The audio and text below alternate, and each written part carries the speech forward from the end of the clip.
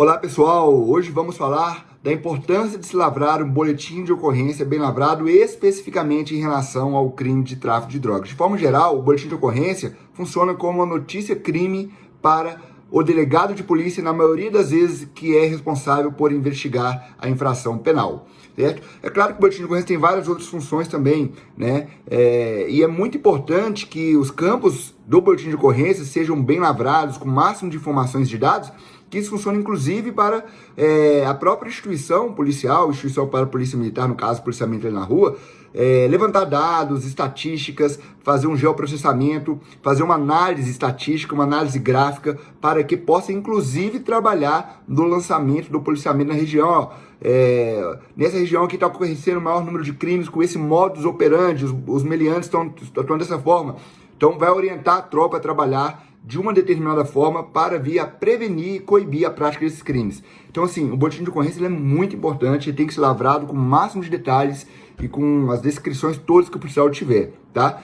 Número de vítimas, número de infratores, como que o infrator se comportou, porque muitas vezes uma pessoa, infrator, muitas vezes, quando ele é preso, ele já praticou vários crimes. E se o boletim de ocorrência é bem lavrado, com o máximo de dados, vai facilitar que na investigação aponte que aquele autor do crime foi o autor de vários outros crimes. Olha, o modus operandi é semelhante, as características são semelhantes. Aí vai permitir aí, vai facilitar o trabalho do delegado, inclusive da Polícia Militar, e vai permitir que essas vítimas sejam ouvidas e testemunhas também e possam confirmar se o autor de um crime, quando preso, é o mesmo de outros crimes, tá? Isso não é incomum.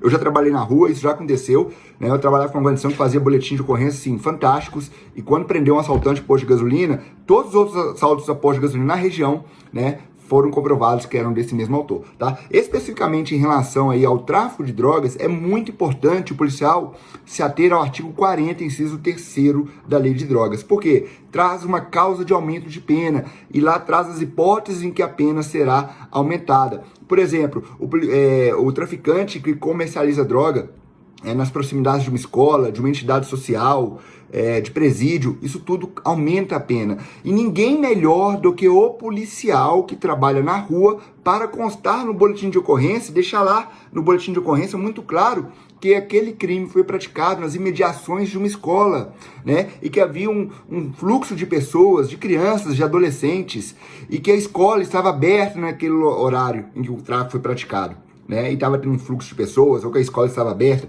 Porque essas informações são muito importantes. Tem julgado do STJ que entendeu que não incide, né, a majorante, a caso de aumento, quando a escola estiver fechada, né? Se o tráfico ocorrer de madrugada, por exemplo, dificilmente essa majorante vai ser reconhecida, mas é muito importante que o policial ele conste esses dados no boletim de ocorrência. O policial militar que está na rua, ele sabe exatamente tudo que tem na região, né? Fica ali fazendo policiamento de viatura, ele vai conhecendo, né? E fica automático, ele sabe as escolas que tem, os hospitais que tem, presídios, estabelecimentos de ensino, estabelecimentos sociais, né?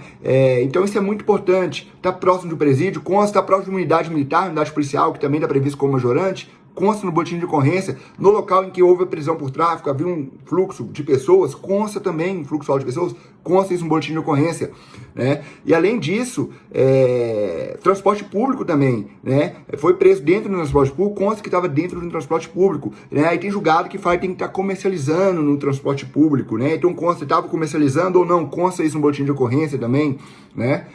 Então assim, são muitos detalhes, muitas informações que vão fazer toda a diferença aí na hora da investigação, na hora do Ministério Público oferecer uma denúncia, até na hora do juiz aí vir a decidir, tá certo? E há vários outros casos, eu convido aos policiais militares que abram aí no celular mesmo, digita Lei de Drogas, vai no artigo 40, inciso 3º, tá? E leia todas as hipóteses. Dentro dessas hipóteses, você deve mencionar no boletim de ocorrência. Agora tem outros casos também que tem divergência jurisprudencial, doutrinária, por exemplo, igreja. A igreja não está no rol do artigo 40, inciso 3º, mas incide, né? A julgado nos dois sentidos do STJ, tá certo? O entendimento fala que não incide, por quê? Porque seria uma analogia em mala parte, o que não é admitido no direito penal, certo? E há outro julgado do STJ que permitiu a incidência da majorante em se tratando da igreja, tá certo? Então, assim, se ligue nessa dica, tá? Sempre que lavrar o boletim de ocorrência, faça um boletim de ocorrência bem feito, com o máximo de dados. Isso vai ajudar na política de prevenção e segurança pública, na estratégia de segurança pública, tá? De onde você trabalha. E além disso, vai permitir aí, né, que o agente infrator ele venha responder aí na medida aí da sua, dos fatos praticados, tá certo? Porque por muitas vezes os boletins de ocorrência não têm esses dados, tá? E esses dados fazem toda a diferença na hora aí do delegado investigar, do promotor denunciar e do juiz sentenciar. Beleza? Um grande abraço e até a próxima.